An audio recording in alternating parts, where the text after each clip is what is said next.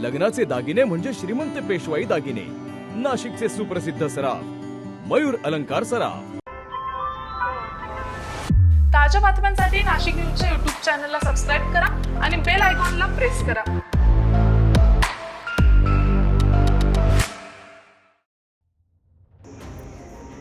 नाशिकच्या जुन्या नाशिक परिसरातील नाणावली येथे म्हशींच्या गोठ्याला भीषण आग लागल्याची घटना घडली आहे। मुरलीधर जाधव यांच्या गोठ्याला अचानक आग लागली आहे। आग नेमकी कशामुळे लागली याचं कारण अद्याप स्पष्ट झालेलं नसून शॉर्ट सर्किटचा प्राथमिक अंदाज व्यक्त केला जातोय। आग लागल्यानंतर परिसरामध्ये एकच खळबळ उडाली आहे, तर स्थानिक नागरिकांनी तात्काळ मदतकार्य सुरू केलंय। आज साधारणतः 5:18 मुख्यालयाला कॉल आला। क्षीरसागर म्हणून यांनी कॉल केला होता की बा नाणावली पोलीस चौकीच्या शेजारी तिथं आग मोठ्या प्रमाणात लागलेली आहे। त्यानुसार आम्ही मुख्यालयामधील एक बंब टर्नआउट केला।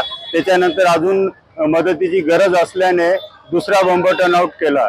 2 बंबाच्या साहाय्याने सदर ठिकाणी पाणी मारून चहूबाजूने पाणी मारून इथली परिस्थिती बघितली असता पूर्ण पत्रे वगैरे बल्ल्या वगैरे जळालेल्या होत्या आणि वेळीच आपण आल्यामुळे ती आग मोठ्या प्रमाणात होऊ दिली नाही। आणि पण सदर आगीमध्ये 10 ते 12 म्हशी आणि गायी म्हणजे टोटल 10 ते 12 म्हशी आणि गायींना या आगीची आस लागलेली आहे।